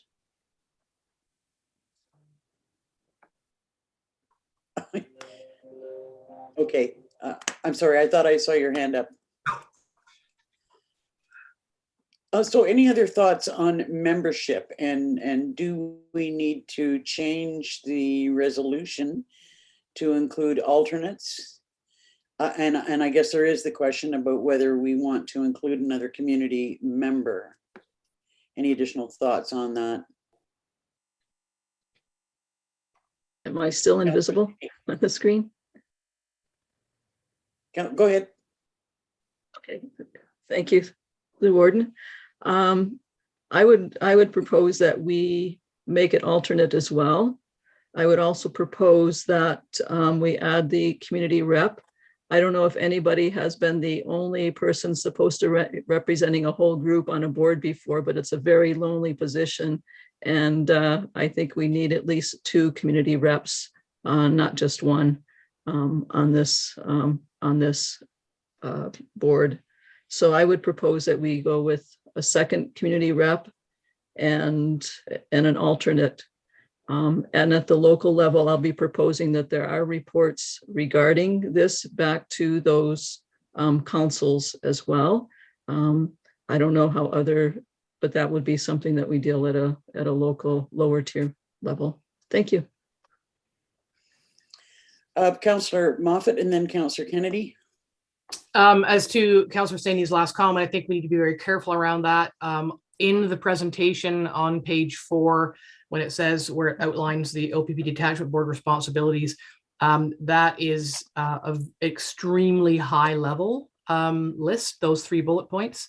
I'm happy to provide out a document that provide, or maybe others can as well, that it's a big deal. The detachment membership on the detachment board is a big deal, and there are certain aspects that are tremendously confidential, and I guess parts that aren't. So if we were, and again, I'm not trying to hide them from the public, but I have reservations, having sat on CPAC for 15 years, I have reservations about the whole detachment board transition and the creation of them. And I'm not alone in that. There's concern right across the province around this, but it's a done deal and we have to do it. So I think we would need to, we could just have a look at what those requirements are and make sure that we aren't at odds in how we do a good job at running our own detachment board, but then not crossing any lines. I think, we do that every day in our jobs, but we just need to make sure of that. Councillor Kennedy. Yeah, I understand that the provincial appointment is probably done through the provincial appointment secretary. And that would be a member of the public. You make your application there with a resume and you ask for whatever board or whatever you're interested in. I've been on a number of them and chaired some of them at the provincial level. Usually they do want regional or local representation. So I think we're pretty safe in that. Interested members of the public would just go through that formal process. And then we would also lobby our local MPP that it be somebody from within the county be the provincial appointee for on this board. Mr. Rutter. I'm just trying to check and see if I understand the conversation. So the recommendation is to add to it the medium-sized board, but add a community rep. I guess my question is, if that's the recommendation, are we able to just add one community rep? That would make it a board of 8. And I think you have to do another provincial rep to match that, if I'm reading it correctly. And I apologize that we sort of surprised you with this, John, but I'm not sure.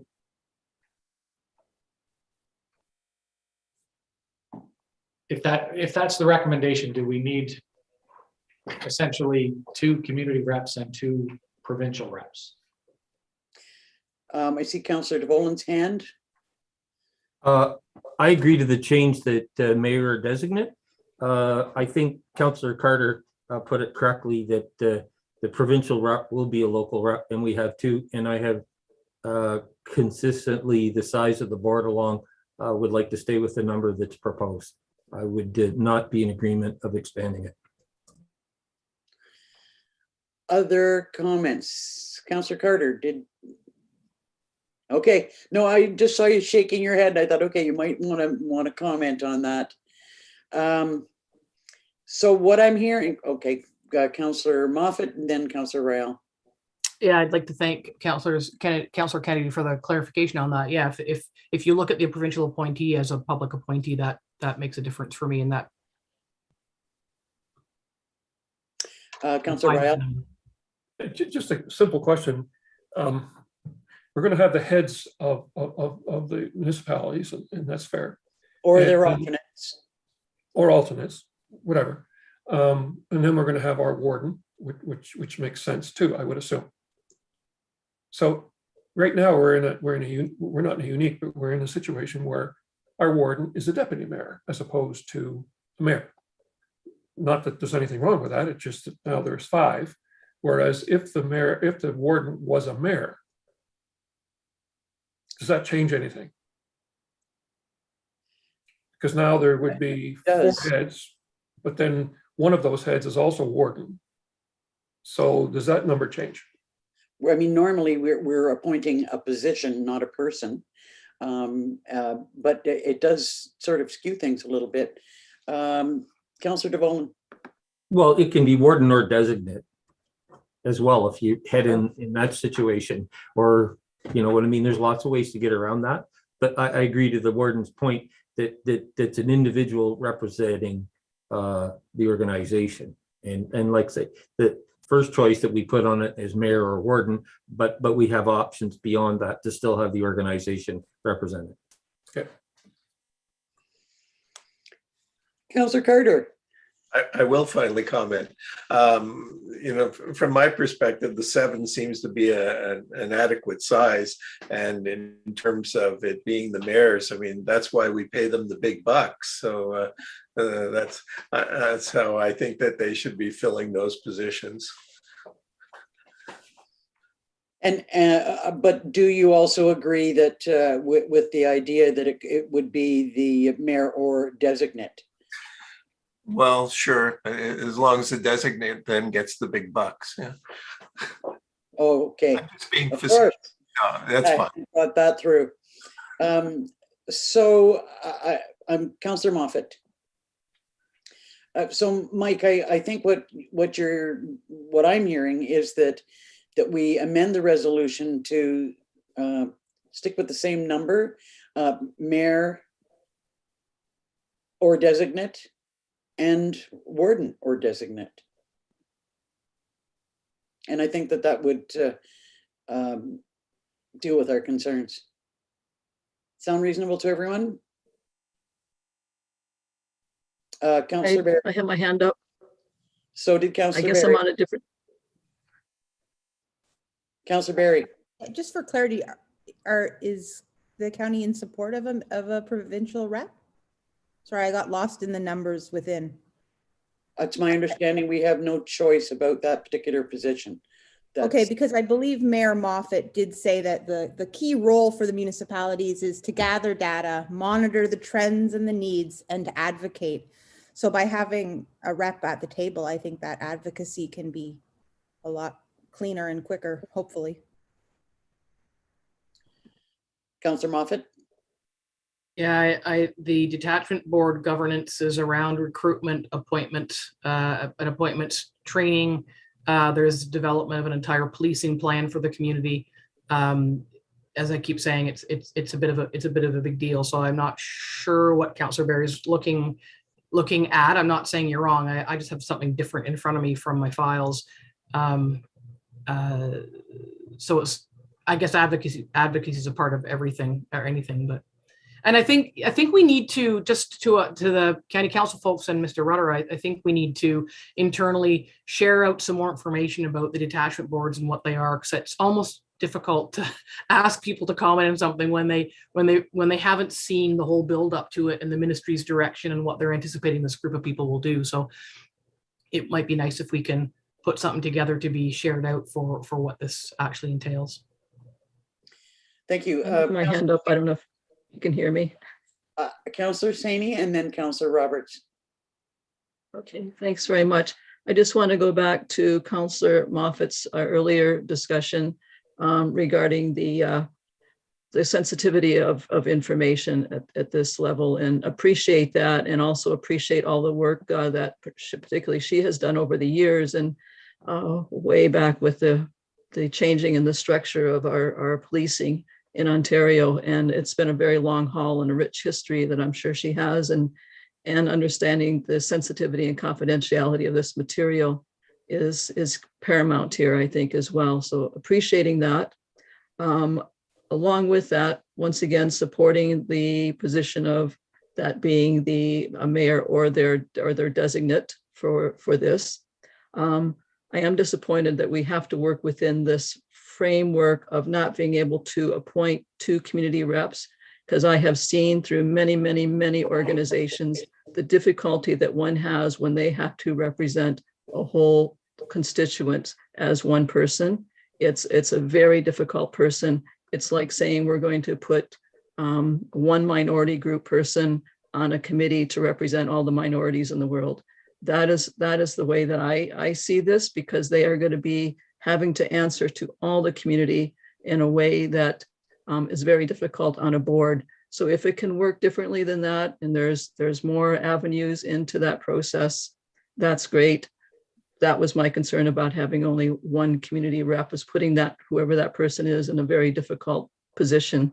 And I also understand with the provincial appointees, it has been very difficult because the province has not been making those appointments and has been putting these boards in a very difficult situation because those appointments have not been made by the province. So thank you for that time. Thank you. Councillor Moffat. Yeah, I just want to respond to Councillor Sania, and Pam keeps moving. Where are you now? Oh, you're down here. Top corner in my screen. She keeps moving. When she puts her hand up, she's up there, and then she's gone. And I find your I'm not looking for a bun fight here, but I find your comments curious, because it sounds from what you're saying that the elected officials representing the community in terms of policing are automatically set up against that one person. It would be my hope and expectation that anybody who is in our positions that is populating this board has the best interest of the community and its policing matters in mind, and that group would work together collegially to undertake the role it's been assigned by the province to the best of its ability for everybody. So, I've been the chair of CPAC for 15 years, and I represent the community. So I just wanted to say that, because I don't think it's a setup for, for and again. It's not us and them, it's us I would hope. Councillor comment. Roberts. Thanks. I was essentially going to say the same thing. I mean, technically, I'm a representative of Dysart, am I not? So that's how I see it. And I've been on CPAC for, I don't know, whatever it was, 6 years till it dissolved. Just a question to Mike Rudder.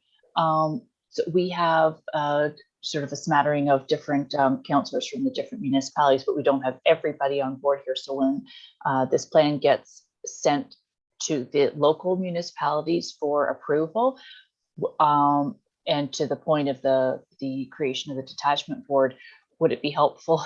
Not that I always try to make work project for you, and I apologize, but would it be helpful to do it as a delegation, bit of a roadshow, or can you just send it along and as mayor, I'll speak to it, and as Mayor Moffat will speak to it when it goes to Algonquin Islands? What was the plan there?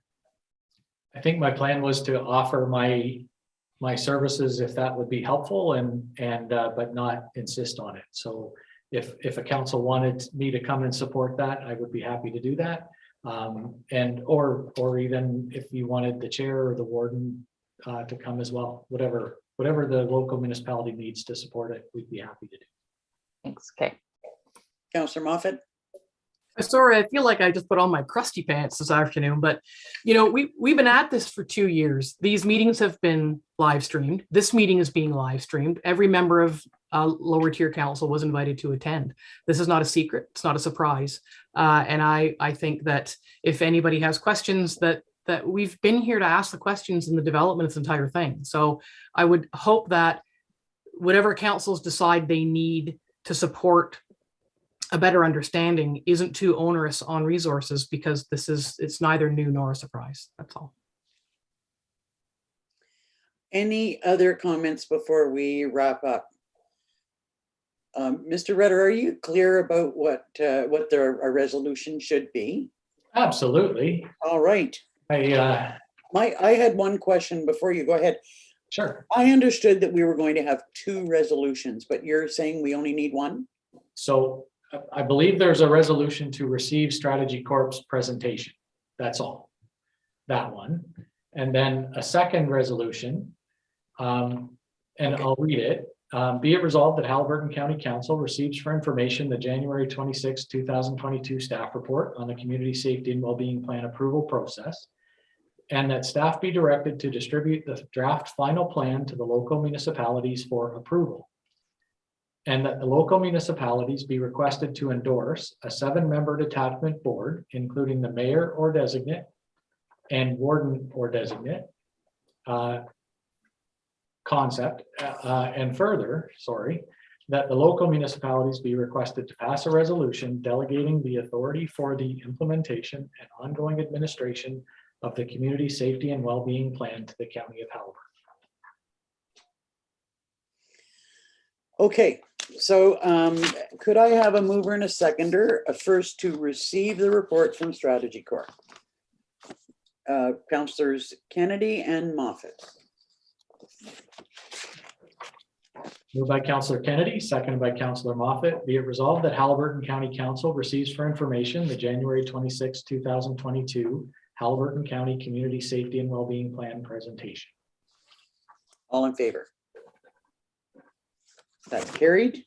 Thank you. And second, could I have a mover and a seconder on the resolution with respect to the approval process that was just read to us? Councillor DeVolen, seconded by Councillor Burton. Moved by Councillor DeVolen, seconded by Councillor Burton. Be it resolved that Haliburton County Council receives for information the January 26, 2022 staff report on the Community Safety and Wellbeing Plan approval process, and that staff be directed to distribute the draft final plan to the local municipalities for approval, and that the local municipalities be requested to endorse a 7-member detachment board concept, including the mayor or designate and warden or designate, and that the local municipalities be requested to pass a resolution delegating the authority for the implementation and ongoing administration of the Community Safety and Wellbeing Plan to the County of Haliburton. All in favor? That's carried. Thank you. Before we have the confirming bylaw and the adjourning bylaw, I'd just like to take a moment to thank Strategy Corps, to you, John, and Rima and Lauren, as well as Matt, who I know, and others who have worked on this project. We appreciate the work that you've done for us. It's been a bit of a tough one. I also wanted to say thank you to all the members of the local councils who've joined us today. I think it's really important. It's helped in the dialogue. It's let us see some of the things that we need to see going forward. We're grateful for your input, and we look forward to your continued involvement. So with that, I would ask if I have a mover and a seconder for the confirming bylaw. Councillors Roberts and secondhand Moffat. Thank you. Moved by Councillor Roberts, seconded by Councillor Moffat. Be it resolved that bylaw 4089, being a bylaw to confirm the proceedings of the January 26, 2022 special meeting of Haliburton County Council, be considered to be read a first, second, third time, finally passed, and the seal of the corporation be affixed. All in favor? That's carried. And finally, a mover and a seconder to adjourn. Councillors Kennedy and Moffat. Thank you. Moved by Councillor Kennedy, seconded by Councillor Moffat. Be it resolved that the January 26, 2022 special meeting of Haliburton County Council be adjourned. All in favor? That's carried. Thank you, everyone, and have a good rest of the afternoon. Thank you. Thanks.